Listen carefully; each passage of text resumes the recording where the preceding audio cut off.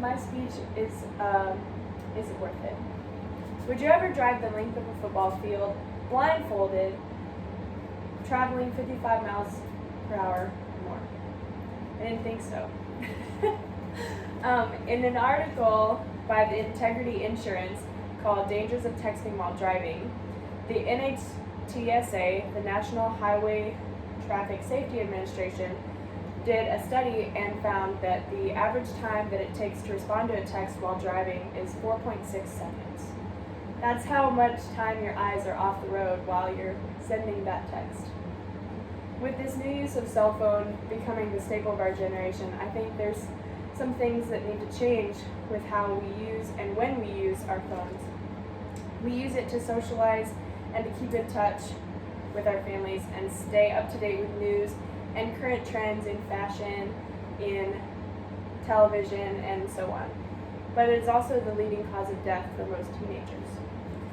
By sending or receiving and reading text while driving, we take our eyes off the road. Though no one intends to crash their car, texting raises the chance of changing your life or someone else's.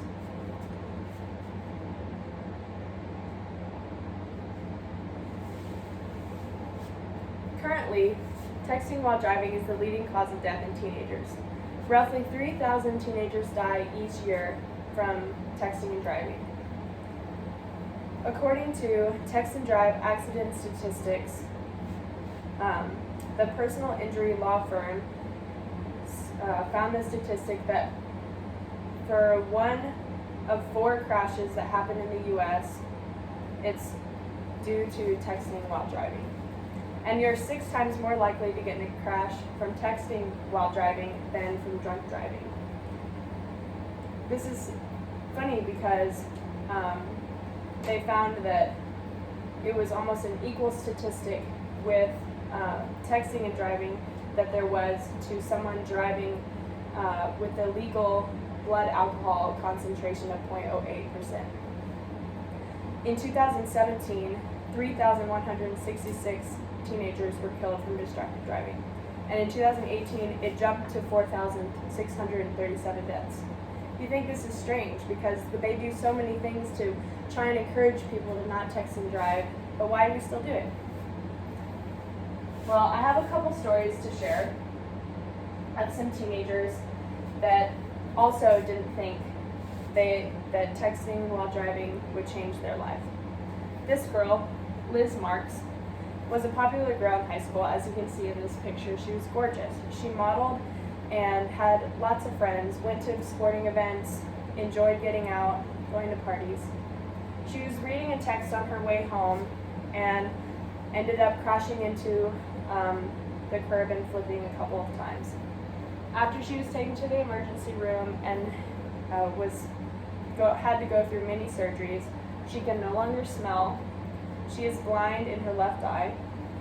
She cannot cry anymore because her tear ducts were damaged in the crash.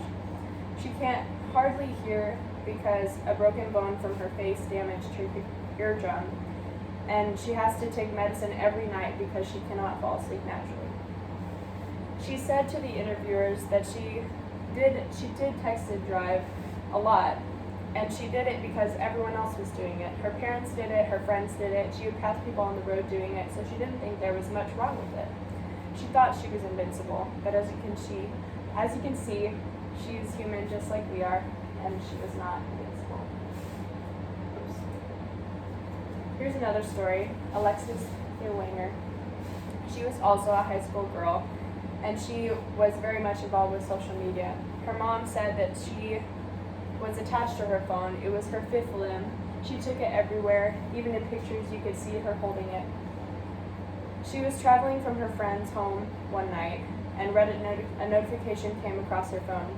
She looked down to read it and, not paying attention, crossed over the lane of traffic and got hit straight on and was dead at the scene. You might think there must be some better way to go about this because signs on the road asking us to not text and drive, and even the fact that texting and driving is illegal does not prevent people from doing it.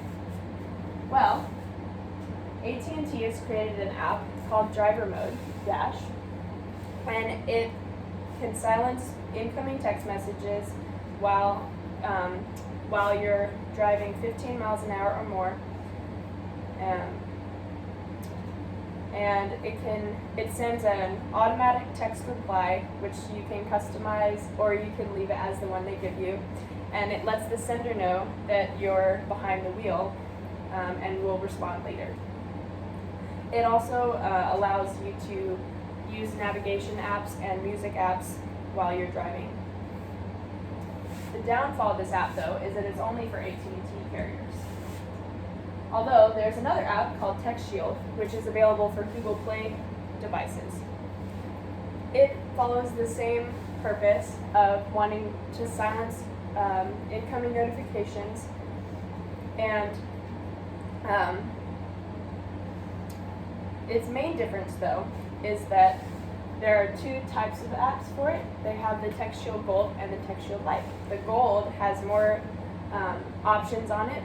You can customize the response that's sent, and it's also mainly advertised for parents because they can track the speed and the location of the device wherever it is.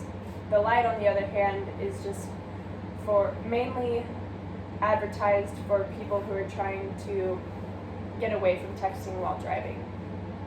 So it does not come with many of the advanced features.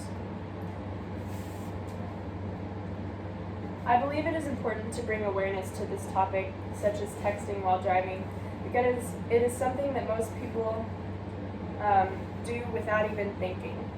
It's a bad habit that should be changed quickly. I encourage you to take what you've learned today and apply it to your own life, to lead by example and to promote driver safety in your community.